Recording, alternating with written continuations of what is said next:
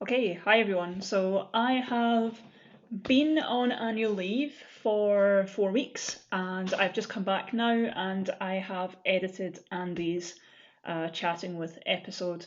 By editing, I have added a screen, this video, and then the recording that we have. So my editing is increasing in complexity. One day I'll start to edit within it, I don't know. But anyway, so you can tell we recorded Andy's episode quite a while ago. We recorded that pretty much in the midst of lockdown, and you can tell because I've since had a haircut. But it was a really great episode. So we chatted about kind of the internet, so Andy's personal history of the internet. We chatted about kind of how he started getting into using the internet, communicating online, and we kind of finish up with his advice to students. I'm not going to spoil it because it's one of the best advices I've seen, best pieces of advice I've seen in a while. So, if you want to find out what the internet was doing in 1985, keep watching, and hopefully you'll learn as much as I did. Very informative. Am I recording? Yeah, Yes. it says so. Yeah. Oh, because it's up in the corner. Stupid. Okay, hello and welcome back to today's episode of Chatting With. And today we have Andy. Hi, Andy. Hi, Rachel. So Andy is going to chat with us about the history of the internet, which I'm very excited about because I don't actually know much about the history of the internet. It's going to be a very personal history. It's going to be very, very different to what I've probably heard. I should imagine. But anyway, let's see. Fair enough. Yeah, so let's start off with kind of what got you into computing. What was the driver for you to start down this kind of career? Let me just quit Teams, otherwise it's going to be beeping all the way through. Okay, so this goes back a long way. This actually goes back to the 1970s, when I was a boy, a teenager, and I was very into electronics, building electronics and that sort of thing, mostly for making music. And then I worked out that if you had a computer, you could possibly make music on it. So I bought myself a little, it's called a Science of Cambridge Mark 14. I'm just going to share my screen. Okay. Good luck. And then I'll stop sharing it. So hopefully you can see that. That's a Science of Cambridge Mark 14. You had to build it yourself. So you had to solder those chips on. Yep. It comes with 256 bytes of RAM. That's bytes. And you could double that to 512 bytes. And everything was programmed via that little hex keyboard there. It had a 7-segment LED display. And everything was just in machine code. It did have a cassette interface, but it was so unreliable that no one ever used it. So once you'd programmed it, you just never turned it off because it would forget it. Once it was programmed, it turned it off. Local. Yeah. It just goes. Not like an Arduino where things stay, it just vanished. You pull it out of the box years later and it still does a thing. Exactly, this won't. So, but what you could do, curiously enough, is that you can see the big chips. One of them is the microprocessor. And if you took an AM radio and tuned it correctly, and then wrote the correct set of code on the processor, the interference as the processor processed would actually come out as sound on the radio. So if you set it up with the correct clock speed, you could actually make it make tones and then music coming out. But you had to do all that in machine code.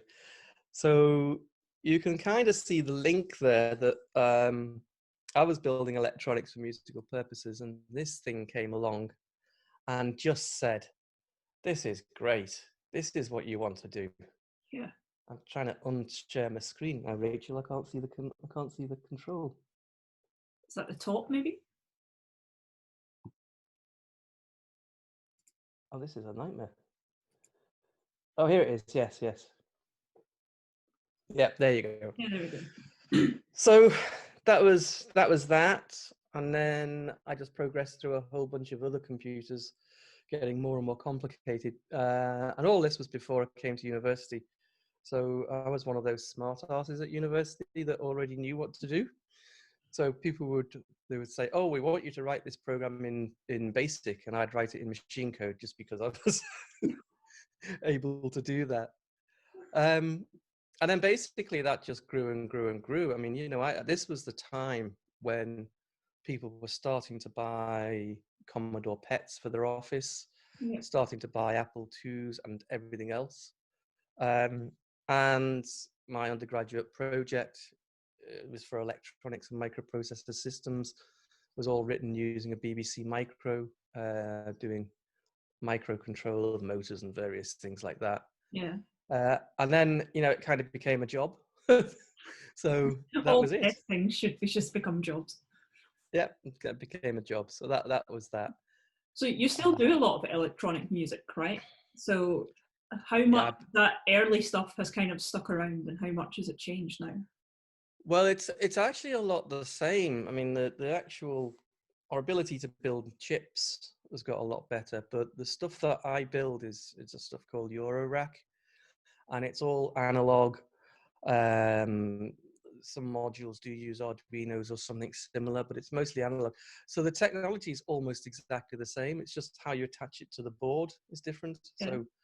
So your class is used to doing what we call through the hole. So, you've got resistors with big wires stick into things. Okay. But what I do is I build surface mount. So instead of having big wires, it's just a tiny little thing, and it gets soldered directly onto the board, and you can do it quite easily. You don't use a soldering iron, you use what's called a hot air gun. So you put paste on, then the component, blast it with hot air, and the paste melts and becomes solder. Yeah, so that's what's changed, and the ability to design stuff's changed as well, because you've got proper CAD control and all that sort of business, CAD systems to do it. Yeah, true. And I guess you've just got more freedom over those microcontrollers now than when they first started. Yeah. And the other thing now is building printed circuit boards. I mean, we used to do it with ultraviolet pens and acid, and you could only have your wires on there were really thick. But nowadays you design it in a bit of CAD software, send that off to China, and 7 days later for $30 you get 5 boards back. Yeah. I remember when Bare Conductive, kind of the conductive ink in that first came out, and all the fun you had just like creating little microcontroller circuits on a whiteboard table and that sort of stuff. That was always fun. Yeah. And this allows you to produce really professional things. And I know some people in the community that I am in, have mini businesses selling these things. So, they're good enough. Yeah. Cool. Okay, so we're going to talk about the internet. Okay. We're going to talk about your history of the internet, I guess. Yeah. So, can you remember what the first thing was that you did on the internet, or your earliest memory of it? Yeah, so it was all very different. So the university had a computer called a DEC 10, which was a mini computer, small mainframe. And that had 300 board terminals connected to it. And obviously it was really quite locked down. We weren't allowed to do anything we wanted on it. But then School of Computing, or as it was, the Micro Center. You remember the Micro Center? They got a machine called an NCR Tower, which is a 6800 processor, Unix based. Mm-hmm. And we connected that to the DEC 10 over RS-232. And someone else told me about this thing called the internet, which actually at the time was mostly just mailing lists. You could FTP things in and out, but there was no World Wide Web, nothing like that. There was just mostly mailing lists. Now, to get on the internet, you had to get a gateway from UCL, London, University College London, and that allowed you to connect the network in the UK to the network in America, to the DARPANET. And so I did that. I connected up our tower to the DEC 10. I used the serial ports and I wrote my own program so that if I went into mail on the tower and I sent mail to the outside world, it went through my own drivers to send the message over the serial port to the Deck 10, and the Deck 10 then sent that to UCL, and then it got sent on to wherever it was going to go. So I spent a lot of time Yeah, I was going on to these say, mailing lists. how much time was that? Like, over what period of time did you build the drivers and the... So that would be about 1980, late 84. I was doing an MSc here by research, which I did over 2 years. So it would be about late 1984 that I was doing that. Right. And then I was on mail lists, basically. Now, let's be honest here, these mail lists were not Unix related or anything like that. No, these are mail lists about music and mail lists about films, So the great thing was I got reviews of the big blockbusters as they came out in America before anyone else in the UK. Before we even knew the film existed. Exactly, because at that time, your films, they really did. There was like 6 months between release dates, because they used to have to ship the prints across the Atlantic. So they had to show them in America, then bring them over here and show them here. So yeah, and it's crazy. And you think now that I can watch what's happening live. Yeah, exactly. And Netflix just released an entire series of things worldwide. Yeah. So anyway, you wanted to know about this email. Yes, I heard. And if I can share my screen again. You don't find this easy to see. And this is an embarrassing email, I have to say, because remember, I was 22 or something. Oh, it's a love letter. It's not a love letter. No, it's not. Okay, can you see that now? Yep. So this is to the Love Hounds mail list, which is to do with Kate Bush. And what you'll see here, let's see if I can get this right. Oh, so it's like a review of... Yeah, so I'm answering someone's questions. Right, okay. Okay. But you'll notice here, look at my email address. It's acobley dundee.ac.uk@uclcsarpa. Yeah, okay, because it's all going through UCL still. That's right. So you had to know when you were sending mail out. That's not the way I'd send mail out. I would send it probably to Dundee at UCLS. You had to know that the gateway to the outside world was actually on this, rather than in the usual way. So Dundee.ac.uk knew that the gateway was that, and you could send it that way out. Although that looks like a DNS thing, it's not. Oh, sorry, my screen's just gone really weird.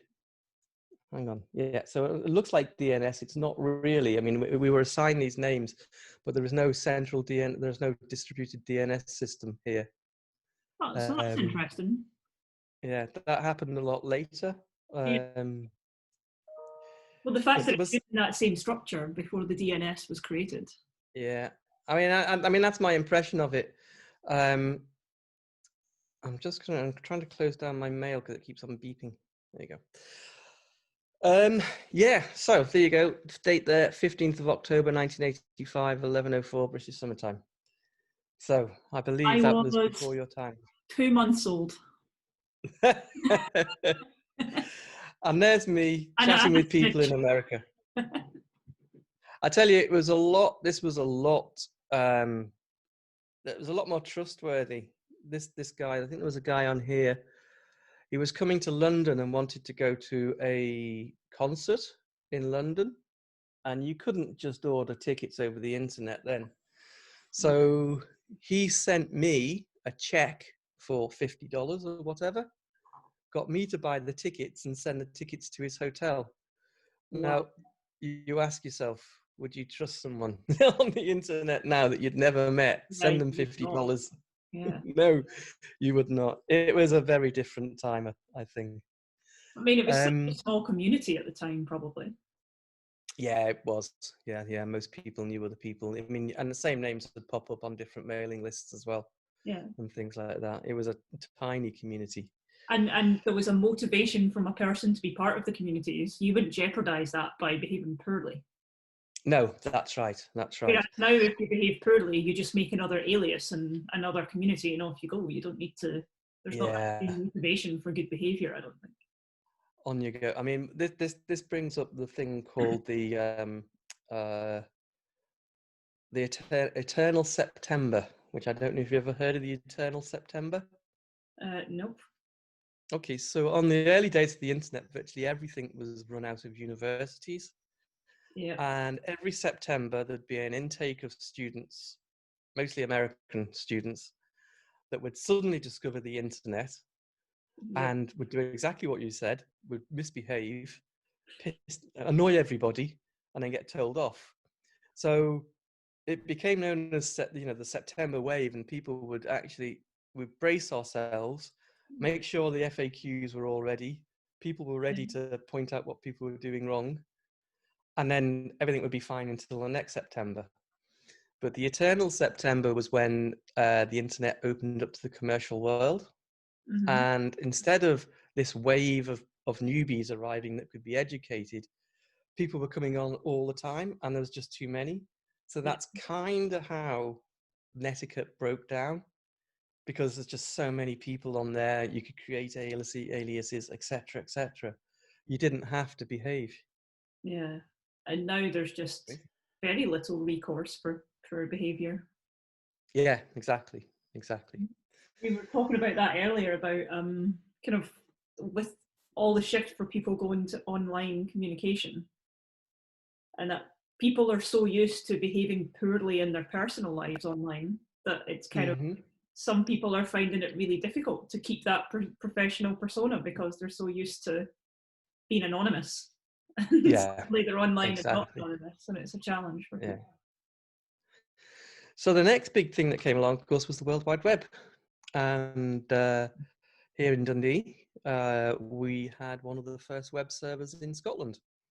Cool. It wasn't the first one. I set it up. Somebody at Abbottay showed me theirs, so we had to have one as well. And so we had one of the first web servers. That brought me attention from various places because I was running websites at the time. There was no commercial websites. So I was running websites for my favorite magazines off the university servers. University didn't mind because they got great publicity. We featured in Sunday Times and things like that. And then I got writing for an internet magazine, and I'm going to show you this. This is going to amaze you. This is called, is that the right way around? Yep, Net Directory. Yeah, .NET Directory. It's offshoot of the .NET magazine.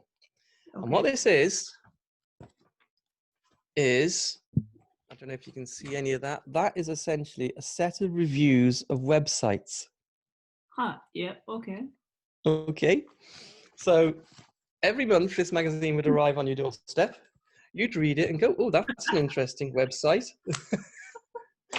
and log on to it and see what it was doing. And that's how people learned about what the internet was. And there was no, at that time, that is books. Like you would consume a website like you consume a book. Yeah. And that one's dated August 1995. So there you go. 1995, 10 years. You'd be 10 years old, I guess. Yep. Primary school, BBC computer. Yeah.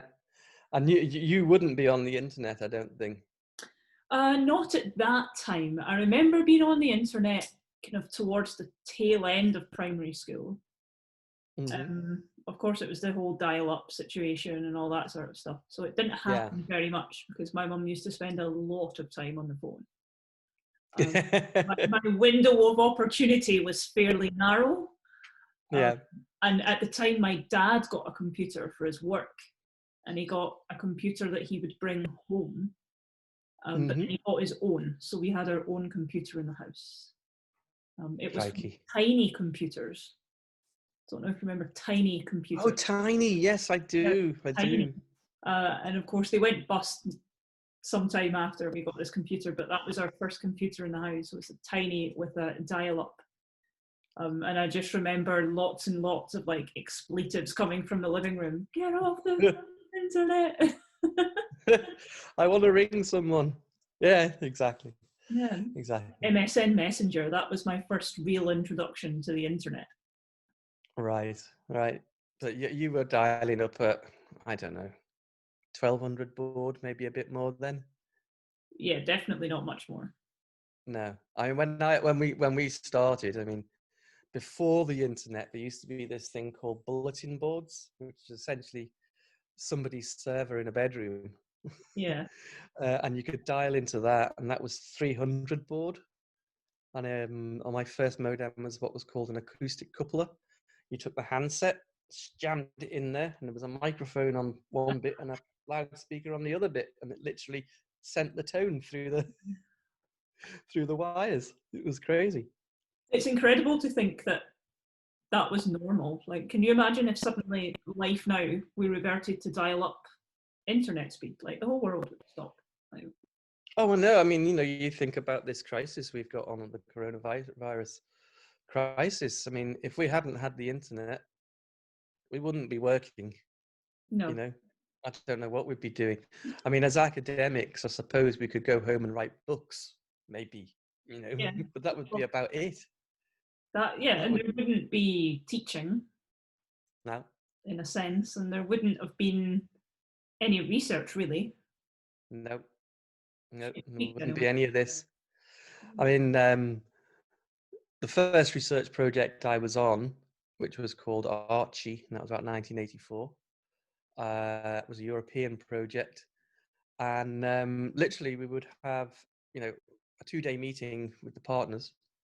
Everyone would go away. You might get the occasional fax. And then 6 months later, you'd all come back together and say, well, what have you done? Oh, well, Well, I got stuck, so I've not really done anything. Yeah. But there wasn't constant emails going backwards and forwards. It was literally the old fax machine, and then.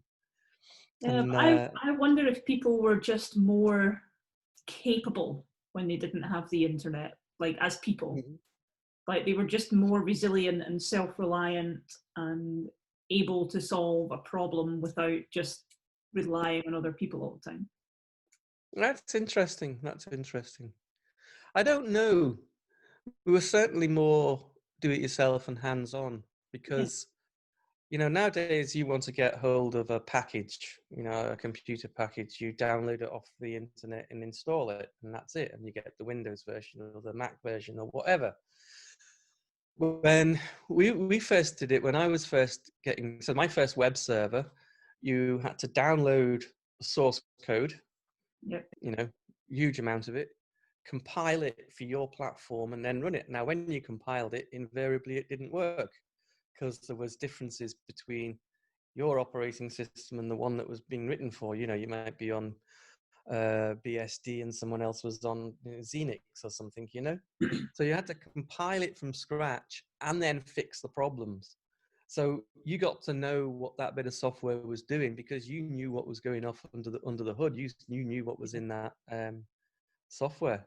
Nowadays, one of the big worries I have is software writers don't check libraries. So if you're in, Python or R or whatever, and you want to do machine learning, you pull down a machine learning library and you use it. Well, again, But you don't know what's going on in there. no. How do you know if it's right? Sorry? You just somehow trust it. Yeah, you trust it. You don't know if the code's right. You don't know if it's giving you the correct answer. You don't know if there's any malware in there. Yep. Or anything. You just it's just there for you.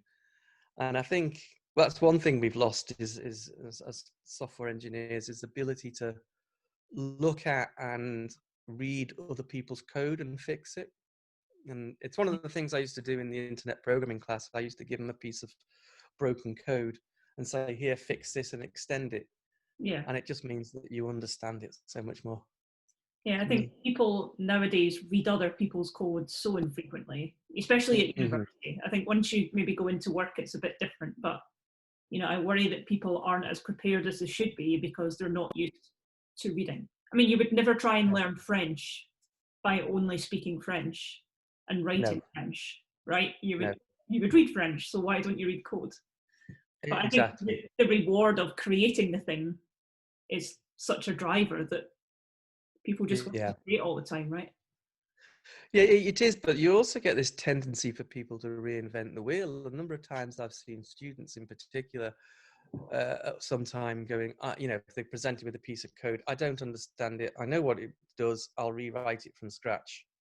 Yes. And, rather than simply, well, let's dig into it, understand it, and then, Which to and me then we've would be got, the simpler option. Someone's done the work Mhm. already. All I need to do is figure it out. Yeah, exactly. But I know people don't do it because it's a lot of work.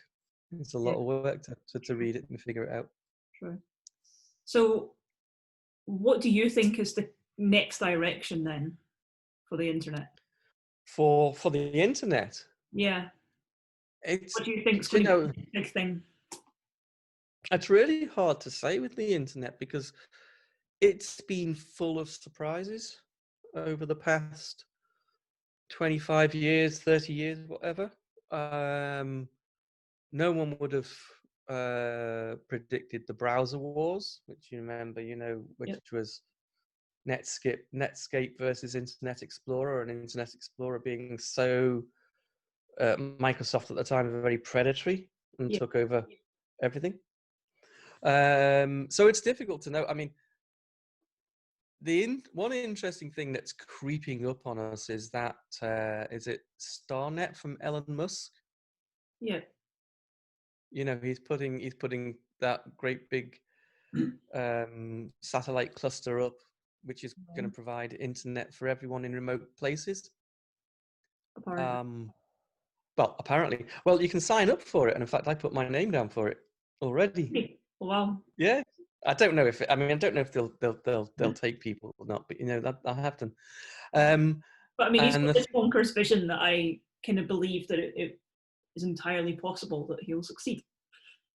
yeah. Well, he's got the money to do it, hasn't he? Yeah. He just won't. And the thing that will do, though, is, if I understand it correctly, it's going to bring internet to remote places. Now, for us in Scotland, that's important because already, in this crisis, some of my colleagues, quite rightly, they live in the countryside. Their internet is dreadful, and Yeah. so they couldn't do this in No. some place. It's only 10, 15 miles away. It's not a long way. Yeah. And So that's, I think, people that we know that are quite close to a city. Like the situation for people who stay on remote islands and so on must be really quite isolating. Yeah, exactly. Now, I was lucky enough in 2002 to go to a place called Svalbard, which is 80 degrees north, so it's above Norway. Yeah, it's far. Yeah, and we went on it was an icebreaker around, because you need to actually, you do have to actually break through the ice to get around the island. And at the time, I was running, some websites that I was updating daily, and I was going for 2 weeks, and I discovered that you couldn't get any internet up at the Svalbard, not on a boat. At all. There was a satellite phone, but it cost something like £10 a minute, and you could use that to get slow internet. Yeah. So, I mean, I'm sure Svalbard has got internet now. Don't get me wrong. I'm sure they have. But something like Starlink that can give fast internet to remote rural communities, both here and across the African continent and various other places, is going to bring so many more people on. And this is the big change, I think. Tuesday, I gave a webinar to 144 students in India. Yeah. When Monday and Wednesday, I've been chatting with a couple of participants in a competition I'm running from Nigeria and Ghana. And you can just chat to them just on this system. There's no The problem. connectedness, isn't it? Yeah. So, and I talked earlier about the endless September. well, that's the next thing that's going to happen, I think, is that we will be getting lots more people on the internet, and people will be bringing different cultural practices. You know, they're not wrong, it's just different, Yeah. that we're going to have to learn to live with, well, you know, and enjoy and embrace the way Yes. we do with all multicultural stuff. You know? Just in a new So, setting now, isn't it? It's great. yeah. Okay. Indeed. Yeah. So the one thing I'm trying to do when we kind of bring all of these to a close is I'm asking everyone that if you had one bit of advice to give to a computing student, what would that be? Love it. Don't do it as a job. Do it because you really like doing it. And that means that, you know, if you're a computing student, you're going to have assignments to do and this, that, and the other. Hell, as an undergraduate, I had assignments to do. But on top of that, I also did my own projects that didn't necessarily get anywhere, but they would get you through the door of an interview. You know, at the time, I would take huge, great printouts of Pascal code to say, you know, here's what I've been doing. Nowadays, I think the thing to do is work on your own projects, put them on a public repository like Bitbucket and GitHub, and build up a code base of stuff that works and is useful for you. And when you come to get a job, you say, here's the stuff I've done. This is what I've done. Wasn't in university, it was my own stuff. That's my advice. Excellent advice. You're the first person to give love it as advice. Well done. True though, I'm always advocating that, well, do you have a portfolio?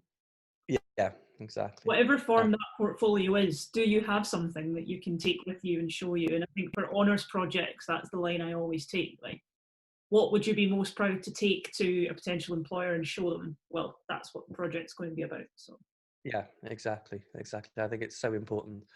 And you know, lots of jobs, lots of types of jobs, actually people are hired not for what they did at university, but for what they did outside of university. And I think that to me is important. You know, if someone came to me and said, well, I've got this stuff I've done as coursework, now that's nice, yeah. But if they say, well, I've got this stuff as coursework, I also wrote this great game, you know, yeah, even if they haven't finished it and it's not for sale, it doesn't matter. You go, oh, right, okay, well, tell us about that. What made you do that? Yeah. Interest in something you've acted upon, which I think is great. Yeah, absolutely. Well, thank you very much for your time. This has been great. Okay, good. I now know what the internet was doing when I was born-ish. But yes, thank you very, very much for coming along and taking part. Okay, no, that's great. I've loved it. It's been very enjoyable. You're welcome. Okay.